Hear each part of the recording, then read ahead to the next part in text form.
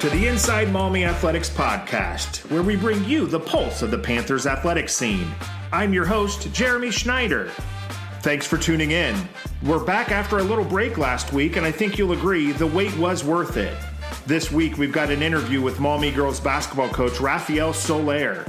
The Panthers put together their first winning season in more than a decade last year, and they're working hard to make sure that wasn't just a one-off sort of thing. They've got the star power and four-year varsity starter Lucy Porter, and a great cast surrounding her in Taylor Smith and Izzy Yancey. New this year is assistant varsity coach Brad Curon, who came over from the boys program. According to everyone around the girls program, Coach Curon has been an amazing addition to the staff. Now, normally at this point, we'd head to our Panthers Rewind, but with no games to talk about from the last few weeks, let's take a little bit of a deeper dive into the Maumee girls basketball program. The Panthers finished last season with a 13-9 record overall and an 8-5 mark in the Northern Buckeye Conference. Those 9 losses, though, they were tight. 3 losses were decided by single digits, and they only lost by an average of 11 points in those 9 games. As she has for her whole time at Maumee, Lucy Porter was the leader of the team. She averaged 14.5 points per game, along with just over 8 rebounds, both team highs. Taylor Smith added 9 points and 3 rebounds, and Izzy Yancey had 4 points and 4 boards per game. Smith also dished out almost 2.5 assists per game. On defense, Smith and Porter combined to force nearly 5 steals. Porter, Smith, and Yancey give this year's Panthers something they lacked last year: solid returning varsity minutes. Those 3 played in a combined 63 games last year. While that experience is valuable, Maumee would need some newer faces to step up again this year, so look for Rain Hurt, Penny Farley, Haley Survey, and Mila Jordan to step into those big roles. Coach Soler also mentioned freshman Taryn Pyle as a player who could pull some big varsity minutes this year. Maumee's first 6 games are all in the NBC. They start the day after Thanksgiving by hosting Otsego before a pair of road games at Rossford and Fostoria. The second week in December brings a pair of key contests when the Panthers host Oak Harbor on Tuesday before traveling to Eastwood on that Thursday. Some key non-league games this year include a trip to Defiance in early January, along with back-to-back home games against Liberty Center and Clay. February brings 2 big road games at Toledo Christian and Rogers. We're definitely excited for the girls basketball team. I think another winning season and a run at the NBC title could be in store. And who knows, maybe even a deeper run into the playoffs could be in play for these Panthers.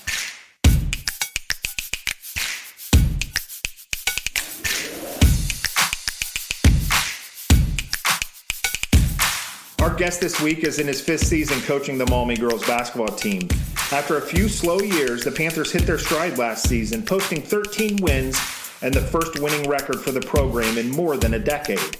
He's got the ingredients for another successful season this year, which starts right after Thanksgiving.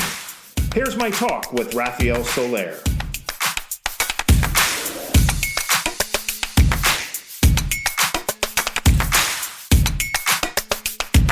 Last year, you guys had a lot of success. I think it was the first winning season in like a decade plus. Can you talk about the work that it took to get there? Because it wasn't just like an overnight thing. There was a lot of work that you had to do, that the girls had to do to get to that point. So can you talk about that process, that journey, and what it took to get to 13-9 last year? Yeah, it was. It always starts in the off season, right? You don't win games, that day. It's the preparation, right? That's the old coach's adage, right? That everybody says. But yeah, we had a really good summer program. Had a lot of participation, a lot of buy-in from the girls. They came to all of our summer leagues, all of our workouts, all of everything that we hosted for them. It was starts there. And then just the every day in practice, they came in with a purpose. Right. I think it was, part of it, I think, had to do with, going into a new league. It was exciting.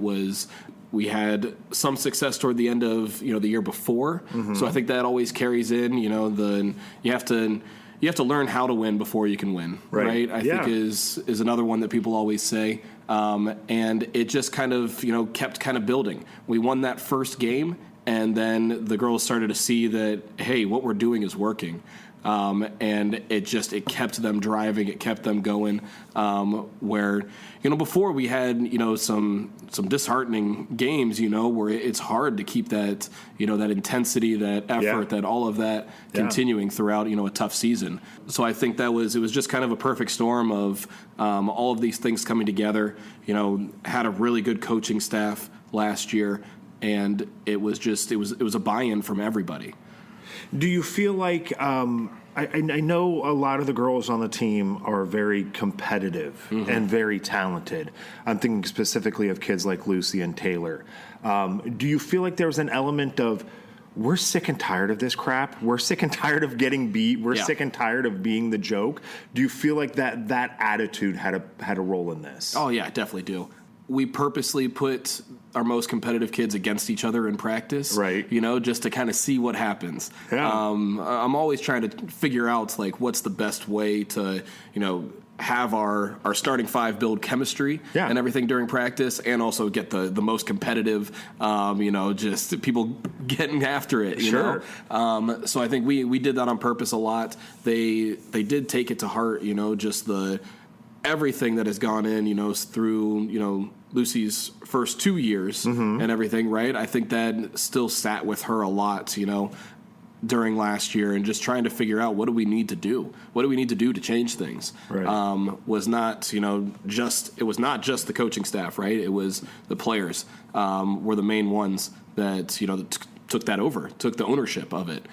I think it had to do too with, seeing some of that success from the football team. A lot of times when you have a good football program, it does kind of just, it bleeds over into everything. Sure. It's one of, the biggest sports, and you start paying attention to that and saying, hey, we can do that too. Right. So all of it kind of put together there. Yeah, I think you're right. I think it was just one of those, we're sick and tired of it. We're done with all the losing. It's a pride thing too, isn't it? Because when you see the football team who is similarly in a similar position to the girls' basketball program, you see them doing it, it's like, okay, there's more pride in the school, right? Right?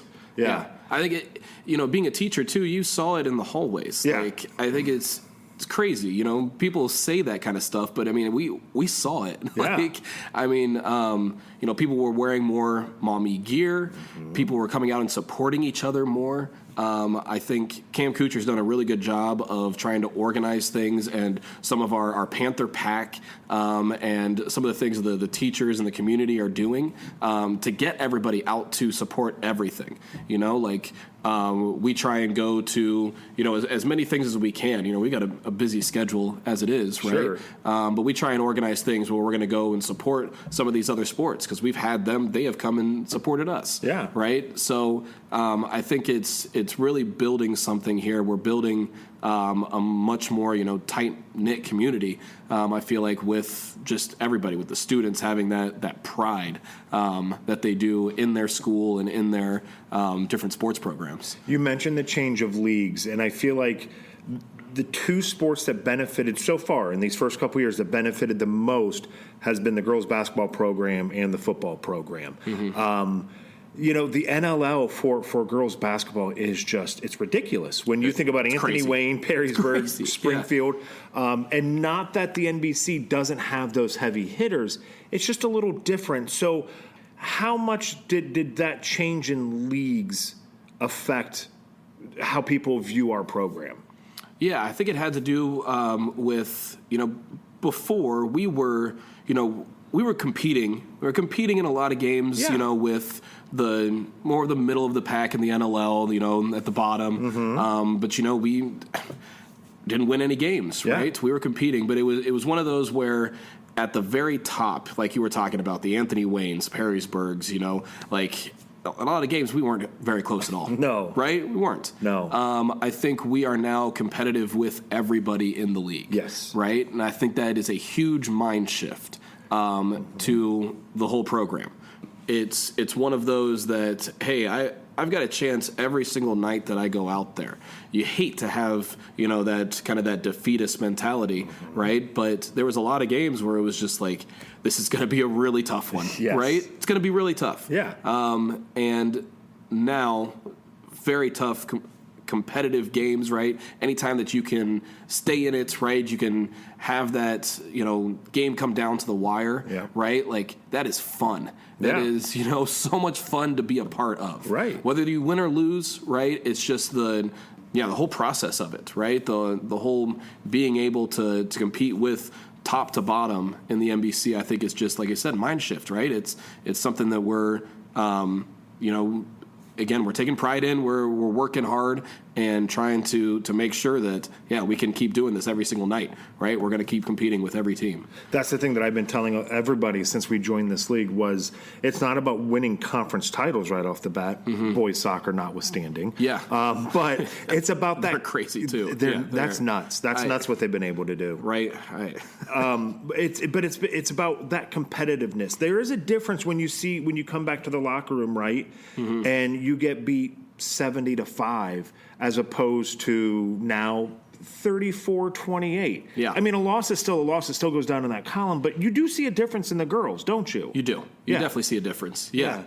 From everything that they do, right? And I mean, basketball is such a long season. It really right? is, yeah. And I mean, you're getting to school and it's dark, and then you're leaving practice and it's dark, right? Yeah. I mean, so to not have fun, right? To not to be able to have those games where it's like, hey, we had a really good time tonight, you know? Like, it's fun to compete. And when you're going through those kind of losses, right, it's not fun. It's not, I mean, and it starts to weigh on you.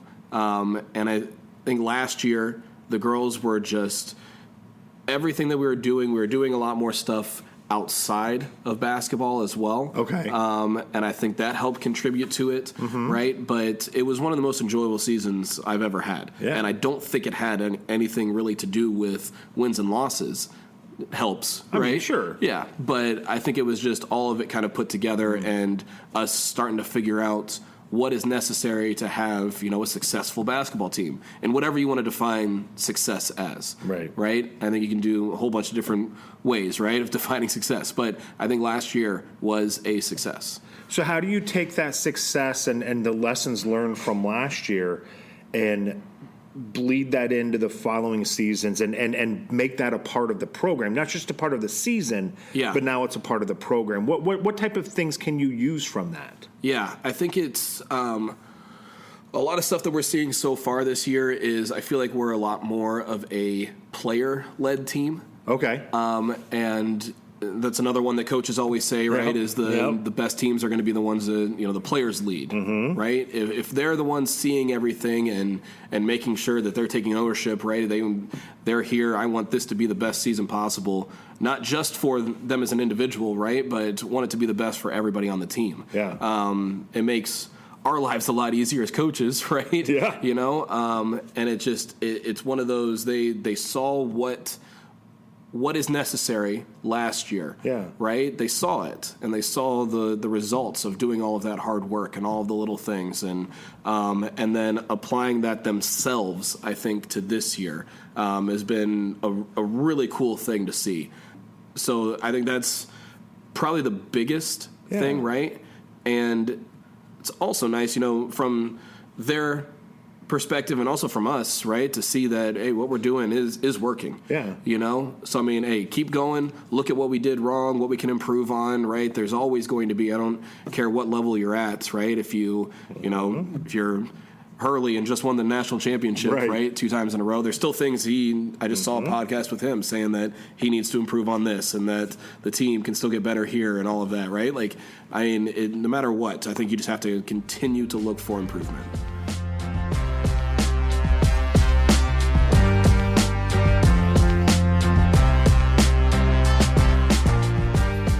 The Mirror newspaper has been a supporter of IMA from the very beginning.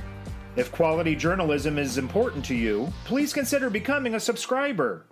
You can head to their website at themirrornewspaper.com to find more information on becoming a traditional print or digital subscriber.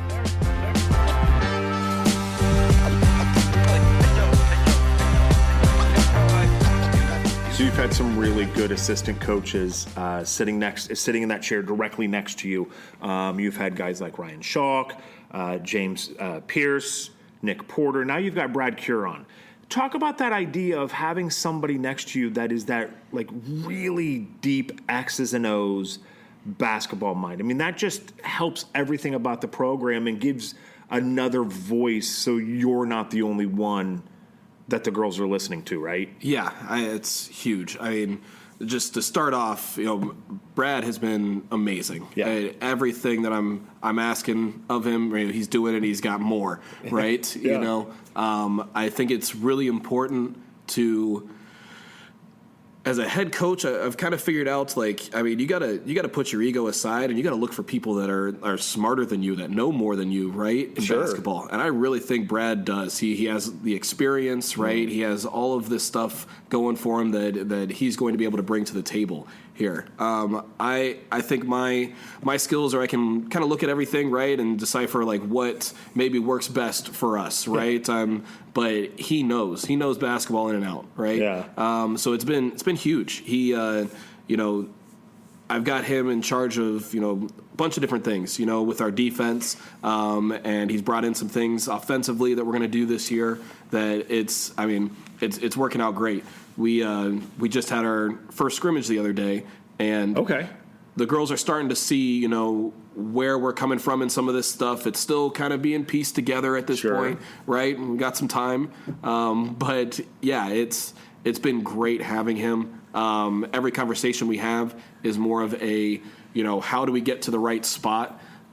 We both understand that we got to work together this whole year. Yeah. We've got to compromise. We've got to figure out what the best plan is, and nobody can, you can be firm, right? You can say, hey, this is what I really want to do. But I think if we don't work together, right, this isn't going to work, and I have absolutely no complaints. He's been amazing. Stepped right in and done exactly what I needed from him. I know there's not a lot of overlap between the two programs, the boys program and the girls program, but how much does it help that Brad was such a huge part of that boys program? I mean, at the very least, he knows the atmosphere of the school, if nothing else. Yeah, he knows Mommy. Yeah. I mean, he's just, he's got, his kids here, is just that part of, him, he watched some of our games, whenever he gets a chance. He was in there in the gym, when we were finishing practice, knows all of the kids before he even, stepped in as, the assistant coach. So it's just, it's been a really easy, transition, I think, for him. That's, like you said, this is a very cool school, there's got a lot of stuff going for it. Yeah. And to already be a part of it and then, just kind of switching programs, right? That's all it was. It wasn't a huge shift, all the way from a different school. Sure. So yeah, I think just from a comfortability aspect of it, it's made things a lot easier, I think, for him. I'm going to get a little deep here on you, but okay. Yeah, I know, right? I told you I wasn't smart enough to ask difficult questions, and I don't know that this one's difficult, but we'll see. How have you changed as the head coach? You're not the same guy. Your first year coaching, wasn't it COVID year? Yeah, it was. Yeah, it was the COVID year, so you are not the same coach you were. I think that was Evelyn's freshman or sophomore year. You're not the same guy. You're not the same coach. I mean, just in your personal life, you things have changed and you've learned and grown. So how has Rafael Soler changed from that COVID year all the way to this season?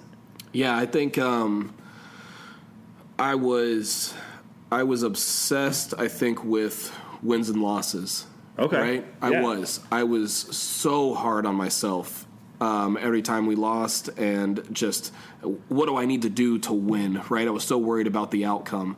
And I think that's one of the biggest things that I've changed is there's a lot of things that, aren't really up to us, right? Are out of our control. Yeah. I'm going to put them in the best position possible. I'm going to build relationships. We're going to make this the best season that we can for everybody that is involved.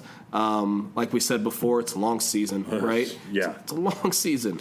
I want this to be something they look back at and say, I am so glad I was a part of that, right? Instead of me looking at myself and looking at how I've lost 5 games in a row. I didn't lose 5 games in a row, right? Like, we need to fix something here, right? Is now the approach that it's all of us together. Okay. I think I took that a lot more on just, hey, this is I think it was a little bit more selfish about this is about me kind of thing. And now I think I'm still very competitive, right? I still take losses hard, but it's more about how can we improve, I think is one of the biggest things that I've changed. How has being a dad changed all this for you? Oh, man. It's one of those, you have no idea what it is until you're in it, right? Like I didn't know what being a dad. I thought I knew what being a dad was, right? But it changes everything. Mm-hmm. It does. It changes everything. And I think I do look at my students when I'm teaching, right? And also, my basketball players, I look at them like, how would I want my kids to be coached? How would I want my kids to be taught, right? And it does. It's changed my outlook on how I live my life.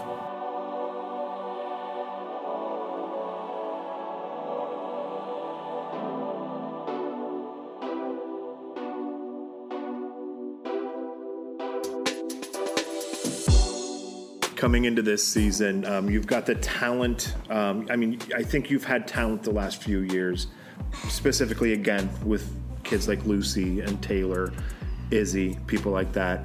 But I think the thing that's different this year is you've got a little bit more experience coming back, I believe. Mm-hmm. So what are your hopes, goals, dreams? What's this season looking like for the Lady Panthers? Yeah, I think it's going to be, like you said, experience, right? We've got some people coming back that got a lot of playing time last year, which is not always the case, right? Right.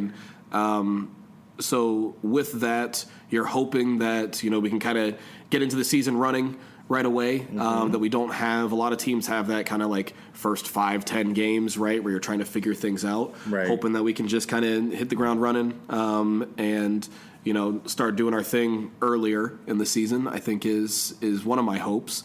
I'm hoping that, our ones that don't have as much varsity experience, or none of them, we're looking for them to step up. I think watching our scrimmage, we had some people that really kind of, they're gonna have to play some minutes this year. Sure. And they're doing some really good things already. Talking about, we have Taryn Pyle is stepped right in, and I think is going to get some big varsity minutes. Oh wow. So I think that's going to be a huge one, depending on her. Mila Jordan, if Mila comes in, she's another one that I think is going to have to step up. And we're kind of hoping with that, senior, junior leadership, right, that we're going to be able to, kind of spell some people, give some people some breaks, right, and then, that they're going to be able to just step right in there. So seeing their growth, I think is going to be a big thing for us, because they're probably going to need some of that time. It's a huge jump, right, from if you're going from middle school or going from JV and going right into varsity. And there's nothing that's going to get you ready for that except actually playing in the games. Just doing it, right? So, we're hoping that we have some of that at the beginning, where it's going to kind of help us out with that.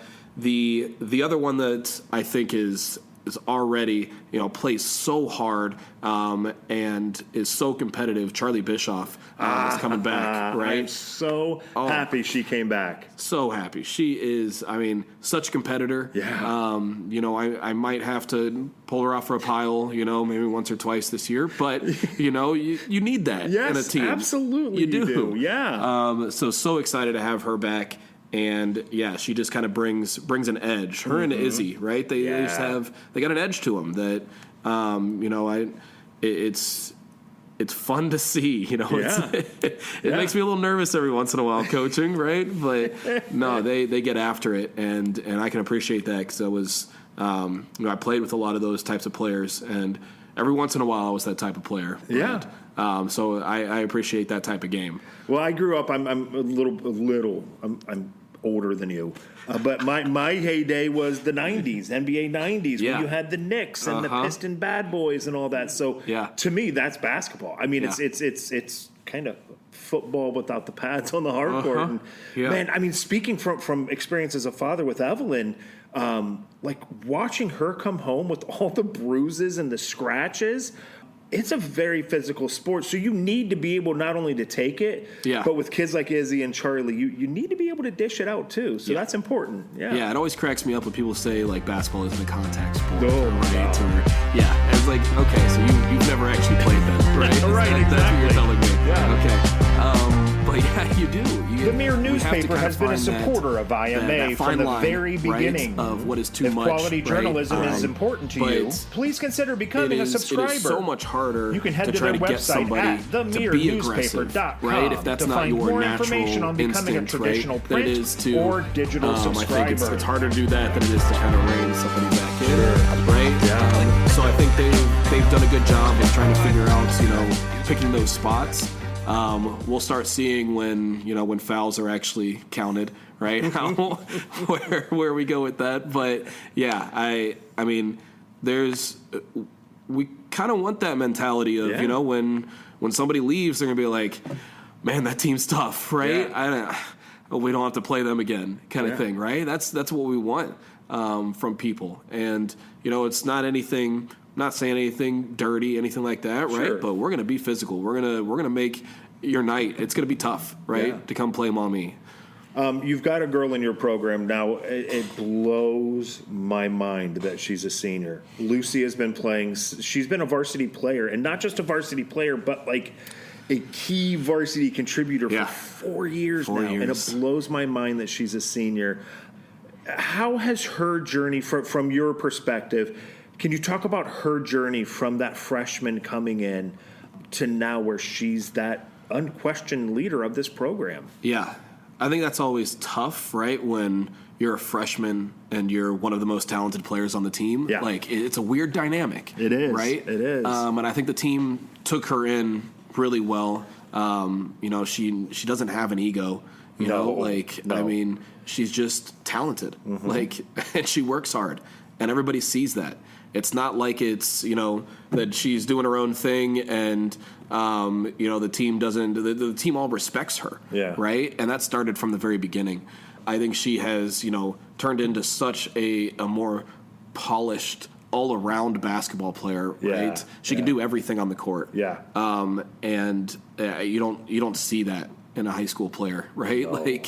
You do not see that very often. She can do everything. Yeah. And that includes being a leader, right? Knowing where everybody's supposed to be offensively and defensively, right? She's one of our, team captains for a reason. She's telling people, helping people out, communicating, playing hard defense, doing all the things, right? All the things you ask her to do. So, I mean, just seeing her growth and how much, even just something like shooting, right? She spends so much time shooting the basketball in the off season, and all of that, and you can tell, right? They're just all of her work that she has put in is, I think it's really going to pay off for her this year.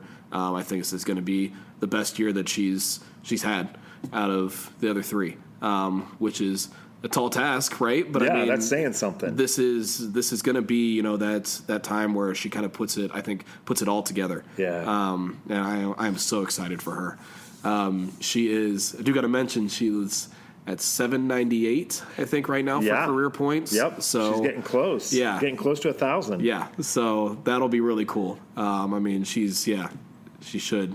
Fingers crossed. I mean, she should break that.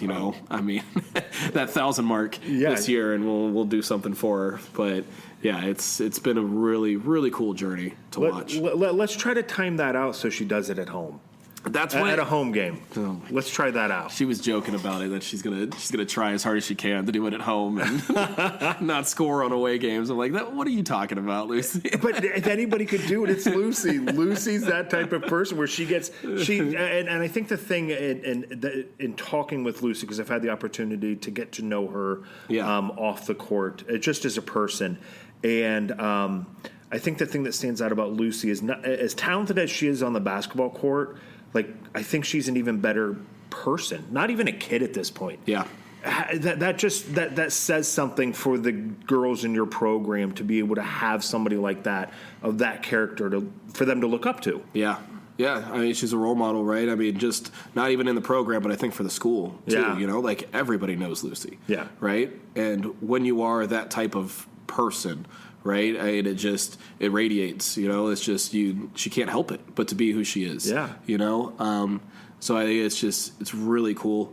I don't know how often that comes around. I think I'm very lucky, right, to have someone like that, in my life, right? Not just coaching, but just somebody that, I got to meet, I got to know.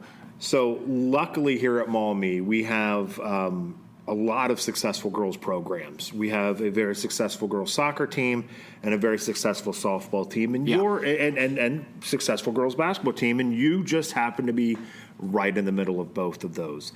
How do you deal with, as a coach, sharing the athletes between the programs? Because at a school the size of Maumee, we can't have kids that specialize. We need all of our best athletes to play as many sports as they can in order for all of our programs to be successful. So how do you deal with that, and how do you deal with their attention maybe being on other things every once in a while during your season? Yeah, I think for the first part, all of our coaches work really well together. Yeah.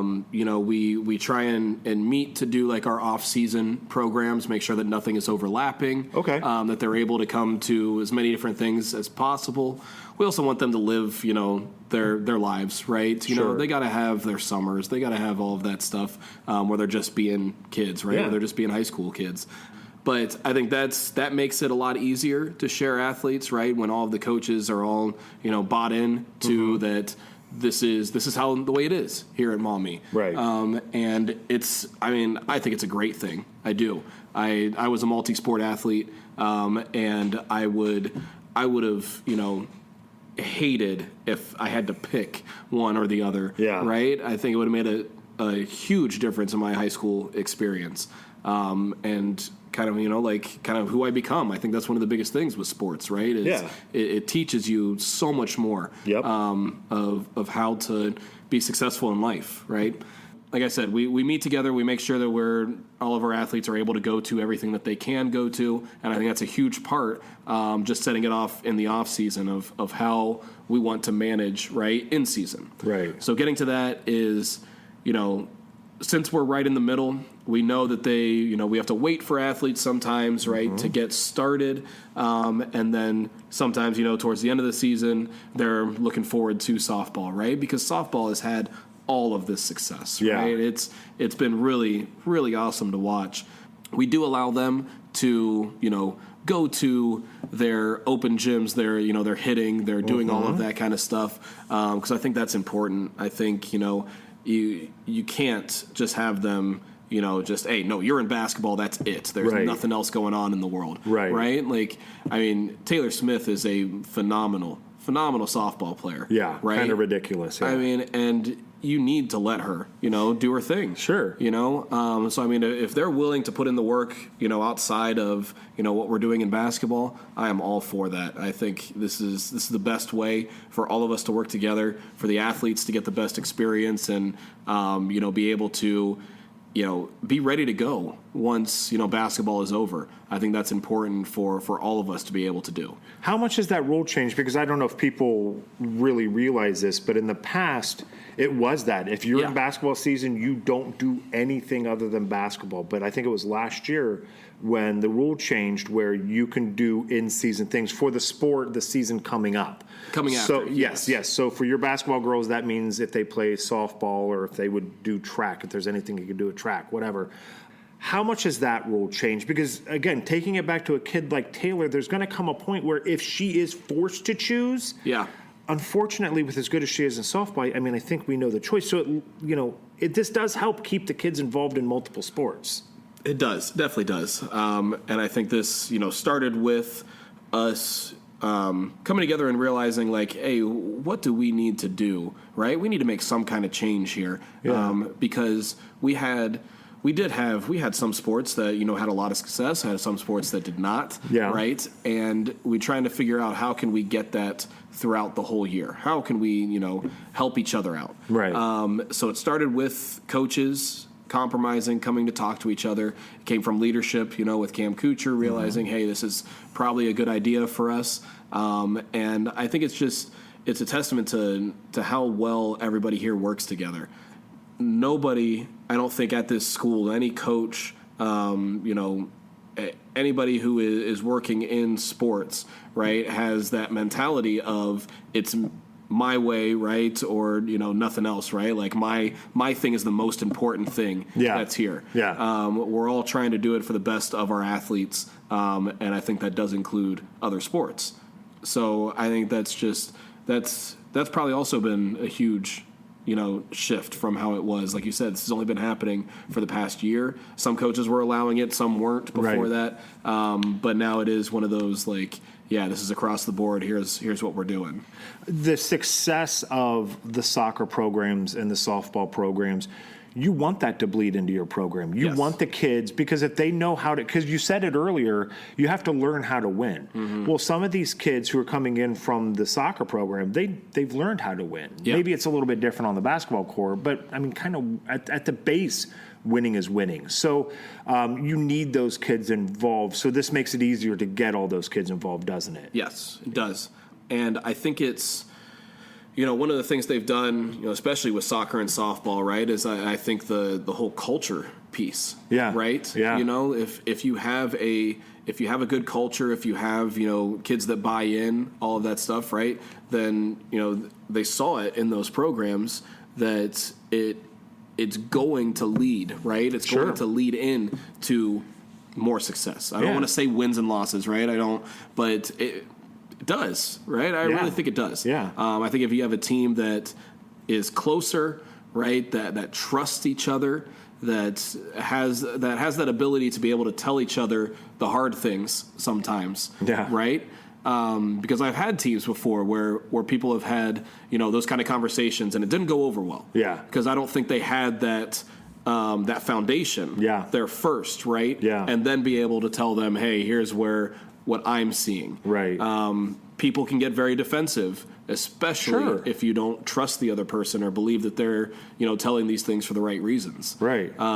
So I think that's, no matter what type of team you're on, no matter how good or average, whatever type of team you have, right? Like you have to be able to have those hard conversations, and I think that all comes down to culture and building relationships and all that stuff that is so much bigger than just basketball skill and X's and O's.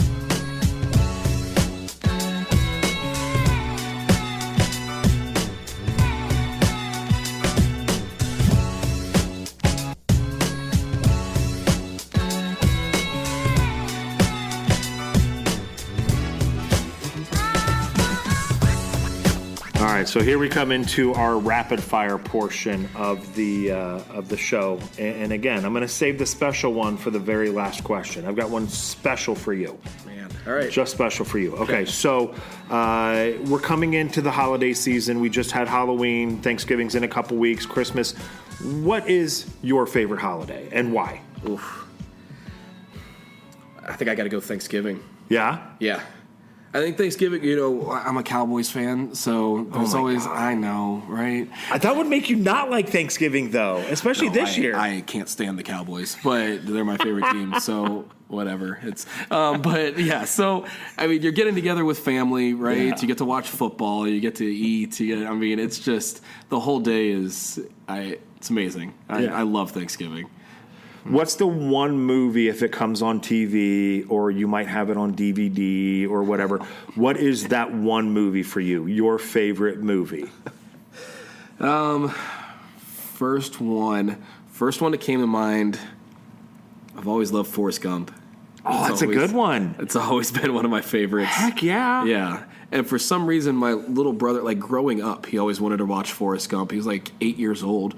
And was like, this isn't the most appropriate movie for you, bud. Not really. But yeah, it's always been a family favorite. So behind the scenes here, we watched Oppenheimer last night. Oh, it's a great movie. Great movie, but there's a couple scenes in there where you don't really want to watch it with three boys under the age of 16. Yeah. Darcy and I were like, oh, no, close. We're reaching for Oliver's eyes. Oh, no, no. I remember those, yeah. Oh, but no, Forrest Gump is a fantastic, and Tom Hanks. Oh, how do you get better than Tom Hanks? Yeah.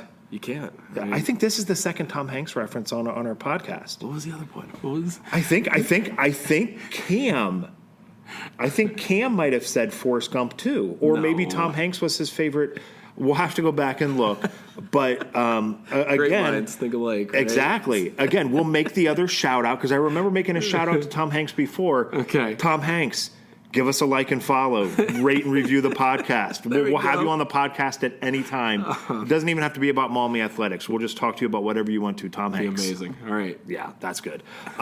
So your favorite book. Is there a book that made a huge difference in your life? Or is there just one that you enjoyed that you read when you were a freshman in high school and you still like? Man, it's been forever. I'm not going to lie. I'm not much of a reader.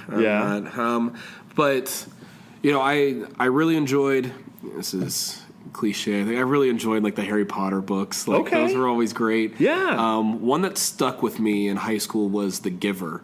I've heard of that. Yeah, they made a movie from it. Okay.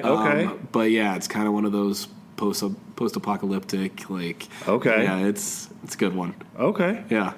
So you're rolling up to a game. You're in your car, or I don't know if you wear headphones or what, but you're getting ready for a game. You're getting focused. You're getting pumped up. You're getting ready. Is there a style of music or a song or an artist that is like number one on your playlist? Ooh, okay. I usually go to anything 2000s. Okay. I think so. I can go all the way from like Sugar Ray to Lil Wayne to like I bounce all over the place. Okay.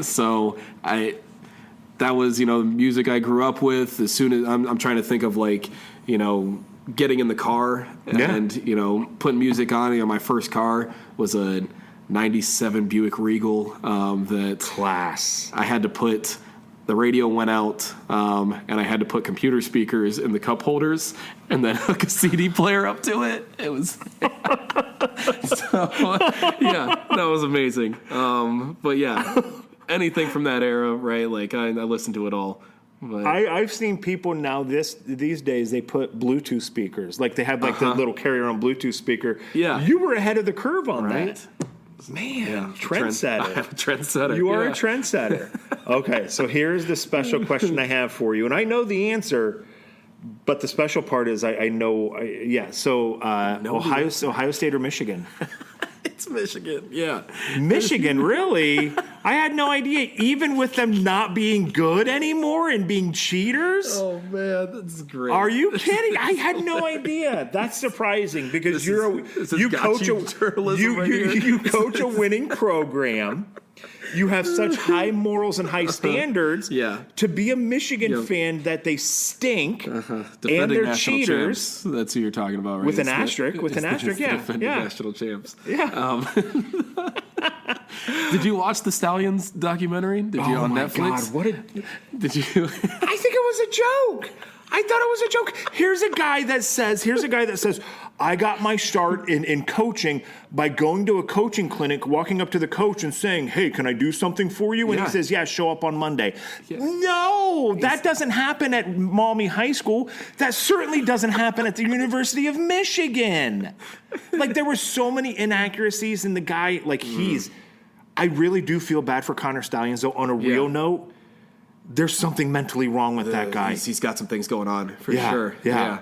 But hey, you got to give him the dedication to the craft, right? I will give him that.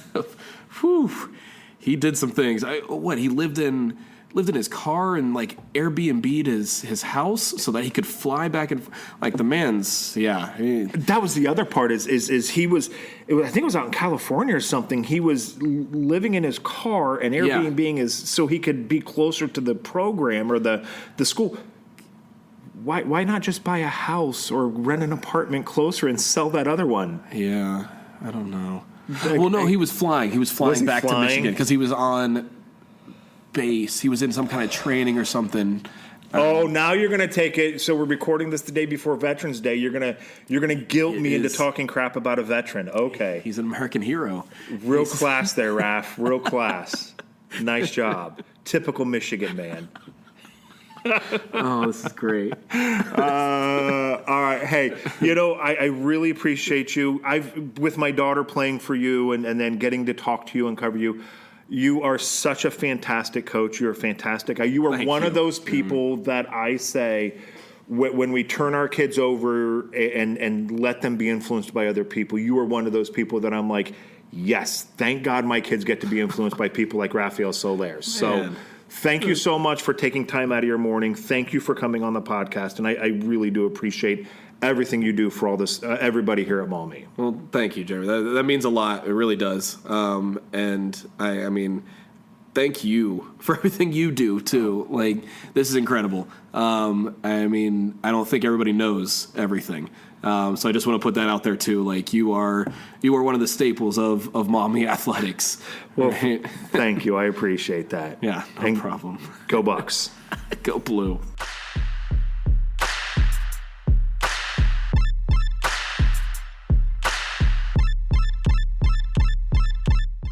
Thanks again to Coach Soler for joining me on the podcast. As someone who's had a front row seat to watch the girls basketball team over the last few years, I know Coach Soler has worked his tail off and has the program moving in the right direction. I really hope everyone in the community buys into this program and shows these girls and coaches the support they deserve.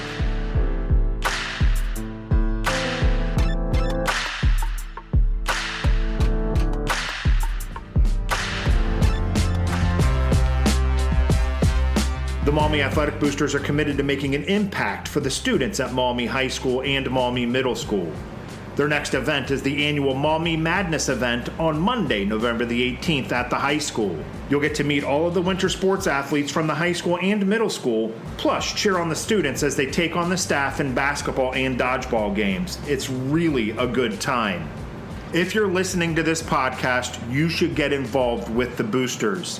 They meet for about an hour once a month. The next meeting is at 7 p.m. on December the 4th in the high school Learning Commons.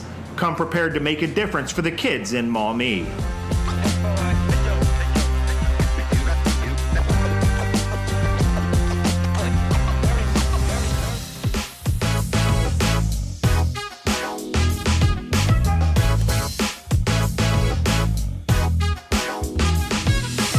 You've reached the end of another episode of Inside Maumee Athletics. We're lucky to have our supporters, the Maumee Athletic Boosters, the Mirror newspaper, and Pride of the Panthers photographers. If you'd like to contact the podcast, email us at insidemaumeeathletics@gmail.com. Don't forget to follow us on social media at Inside Maumee Athletics on Facebook and YouTube, and at Inside Maumee ATH on Twitter. Thanks for listening.